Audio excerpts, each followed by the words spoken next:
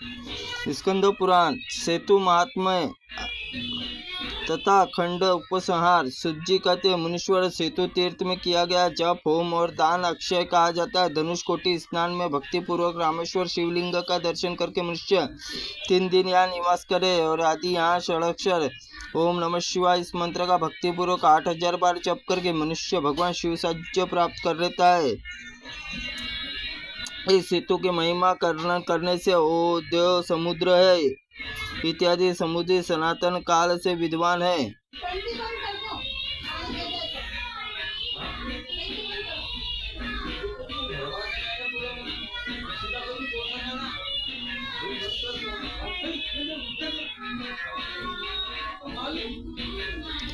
एक 1008 बार जप करने से मनुष्य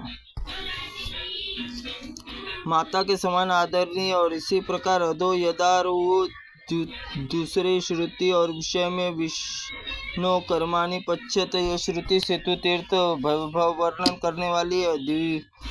तदिष्णु हो यह श्रुति सेतु महात्म्य सूचित करती है कि इन वैदिक श्रुतियों में अतिरिक्त इतिहास और पुराण स्मृतियाँ एक स्वर में सेतु तीर्थ महिमा वर्णन करती है। चंद्र ग्रहण और सूर्य ग्रहण अवसर पर सेतु तीर्थ में स्नान करने वाला मनुष्य तत्काल कोटि से जन्मों से पाप से नाश कर देता है। विषुवयोग उत्तर नारायण दक्षिणयान प्रारंभ दिन संक्रांति काल सोमवार अमावस्या पूर्णिमा तिथि के दिन अवसरों पर सेतु तीर्थ में दर्शन करने वाले मात्र 7 जन्मों के पाप नष्ट हो जाते हैं। सूर्य नारायण मकर राशि में स्थित होने पर सूर्योदय काल में 3 दिन तक धनुष कोटि में स्नान करने से मनुष्य पापहीन हो जाता है।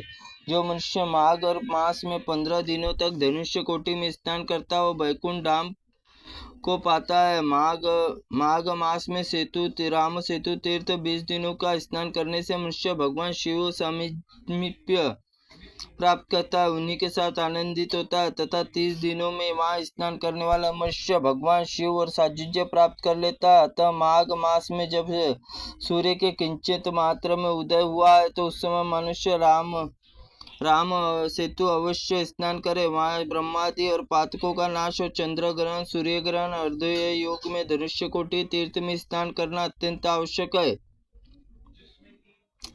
पूर्व काल में भगवान श्री रामचंद्र जी ने रावण का विनाश किया था, इसमें तीर्थ में स्नान किया था। इसी योगों में स्नान के नियम बताया गया। इसमें सिद्ध चरण चारण व गंधर्व किन्नर नाग महर्षि ब्रह्मर्षि देवर्षि राजर्षि पितु समुदाय तथा ब्रह्मा देव समुदाय धनुष कोटि तीर्थ सेवन करते हैं। जो मनुष्य पुण्यमय राम सेतु स्मरण करके जहाँ भी पोखरे आदि में जल में स्नान करता है किंचित मात्र पाप भी कभी शेष नहीं रहता। सेतु के मध्य में विद्यमान तीर्थों में मुट्ठी भर अन्न देने से सब रोग और भ्रूण हत्या आदि पाप नष्ट हो जाते हैं। धनुष कोटि दर्शन मात्र से मनुष्य समस्त पापों का कुल उतार लेता है।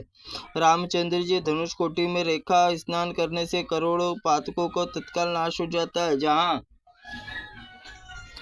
सीता जी और अग्नि में समाई थी उस कुंड में करने से सैकड़ों भ्रूण हत्या क्षण भर में नष्ट हो जाती है। और जैसे ही रामचंद्र जी सेतु तीर्थ में विष्णु भगवान जैसे ही गंगा में अनंत हर गंगे हर राम सेतु ये तीर्थ में उच्चारण करता हो वहाँ तीर्थ के बाहर भी स्नान करता है उसे परम गति को प्राप्त होता है। गंधमान पर्वत पर सेतु अर्धेय योग बेला स्नान और पितरों को उद्देश्य सरसों आदि पिंडदान देता हुआ पितर जब तक सूर्य चंद्रमा स्थिर रहते जब तक तृप्त रहते सेतु में पद्मनाभ गोकर्ण और पुरुषोत्तम आदि तीर्थों में जल किया हुआ जाने वाला सब समय से अभिष्ट और शुक्र मंगल शनिचर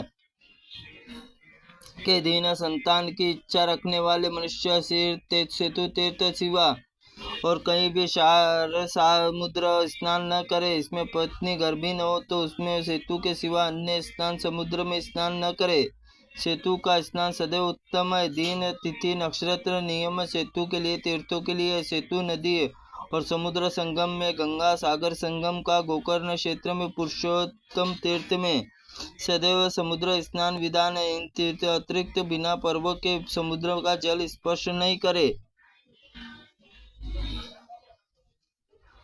सीता और लक्ष्मण के साथ भगवान श्री रामचंद्र यहाँ देवताओं के पितरों को मुनियों को सुनते प्रतिज्ञा की थी, मनुष्य यहाँ पर जो मेरे द्वारा सेतु स्नान करेंगे, मेरे प्रसाद और जन्म ग्रहण नहीं करेंगे, वह सेतु दर्शन मात्र से ही पाप नष्ट हो जाएंगे।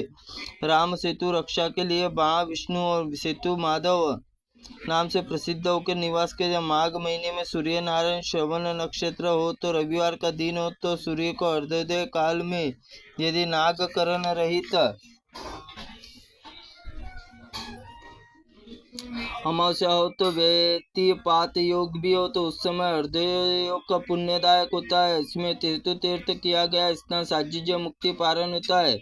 मुक्ति कारण और पूर्वोत्तर योगों में यदि एक एक दिन भी मिल जाए तो स्नान दान जप और पूजन और मोक्षदायक होता है। फिर भी तिथि वार नक्षत्र योग संक्रांति ये 5 मिल जाए तो पुण्य विषय क्या कहना है। ये नक्षत्र श्रवण तिथि अमावस्या योग व्यतिपात और दिनों में रविवार और श्रेष्ठ है। मकर राशि सूर्य में स्थित होने पर पूर्वोक्त चारों योग में समय में मनुष्य सेतु तीर्थ स्नान करता है, वह मानव कभी भी अपने माता के गर्भ में नहीं जाता, अभी तो साजिज मोक्ष प्राप्त करता। उसी प्रकार उक्त महोदरा काय काल में पुण्य काल बताया गया। इसी पुण्य समय में सेतु तीर्थ भीतर दान विधान है। जिस ब्राह्मण को सदाचार तप वेद और वेदांत श्रवण विष्णु शिव विष्णु आदि के पूजा करके पुराणार्थ प्रवचन शक्ति हो तो उसमें दान का उत्तम पात्र बताया गया है। सेतु तीर्थ में सुपात्र ब्राह्मण मिल जाए तो उसी को दान देना चाहिए। फल चाहने वाले पुरुषों के लिए उत्तम है, अधम पात्र के लिए दान न दे। एक समय राजा दिलीप ने वशिष्ठ से पूछा, पुरोहित जी दान किस लिए को देना चाहिए, यथार्थ रूप बताइए। वशिष्ठ जी बोले, वैदिक आचरण पालन में लगा हुआ ब्राह्मण समस्त दान पात्रों में सर्वोत्तम, वेद पुराणों में मंत्र में शिव आदि में पूर्ण वर्णाश्रम धर्म अनुष्ठान करने के लिए जिसमें सदा विद्यमान हो, जो दरिद्र कुटुंबीय हो, उसका दान श्रेष्ठ पात्र कहलाता है।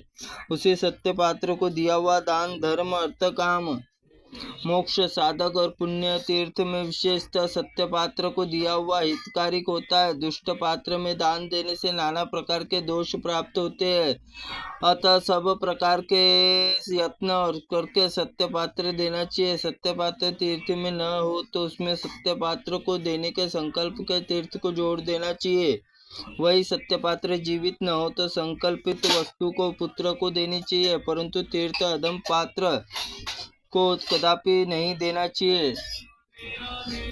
श्री सूत जी कहते वशिष्ठ, ऐसा कहने पर राजा दिलीप ने सबके सत्य पात्र को उत्तम, राजा दिलीप ने सत्य पात्र ही उत्तम दान है। दंडकारण्य विरूपाक्ष वेंकटाचल शालग्राम प्रयाग कांची द्वारका मथुरा पद्मनाभ काशी विश्वपुरनाथ सब नदियाँ समुद्र भास्कर पर्वत इन क्षेत्रों में मुंडन उपवास आवश्यक बताया गया। जो मनुष्य मुंडन उपवास न करे अपने घर चला जाता है, वो अपने साथ पातक को भी घर लौट ले जाते हैं। गंधमान पर्वत पर 24 तीर्थ है, उसमें लक्ष्मण तीर्थ मुनियों मुंडन करवाए का आदेश है। लक्ष्मण तीर्थ केवल सिर मुंडन बनवाने चाहिए। इस प्रकार सेतु अर्धयोग में स्नान करना चाहिए। सेतु अर्धोदय नाम से प्रसिद्ध निर्मल भगवान जगन्नाथ का पूजन करके विष्णु प्रसन्न होते हैं। तत्पश्चात निम्नलिखित मंत्र पकड़ सूर्य चंद्रमा को अर्ध दे। दिवाकर नमस्ते तेजो राशे जगतपते अग्नि गोत्र संपुतन लक्ष्मी देवयो सहोदर अर्धगृहान भगवान सुधा कुंभ नमोस्तुते। संपूर्ण जगत में स्वामी तेजो राशि दिवाकर आपको नमस्कार। लक्ष्मी देवी सहोदरा सुधा कलश चंद्रदेव अग्निहोत्र उत्पन्न आपको नमस्कार अर्ध स्वीकार करे। व्यतीत योग में अर्धदान मंत्र व्यतिपात महायोनि महापातक नाशक सहस्त्र भाव सर्वात्म गुरुआत्म नमोस्तुते। महापात को नाश करने वाले महायोगी व्यतिपात सहस्त्र भाव सर्वत्र नाम आपको नमस्कार अर्ध ग्रहण कीजिए। तिथि वार नक्षत्र स्वामी अर्धदान मंत्र। तिथि नक्षत्र वाराणधीश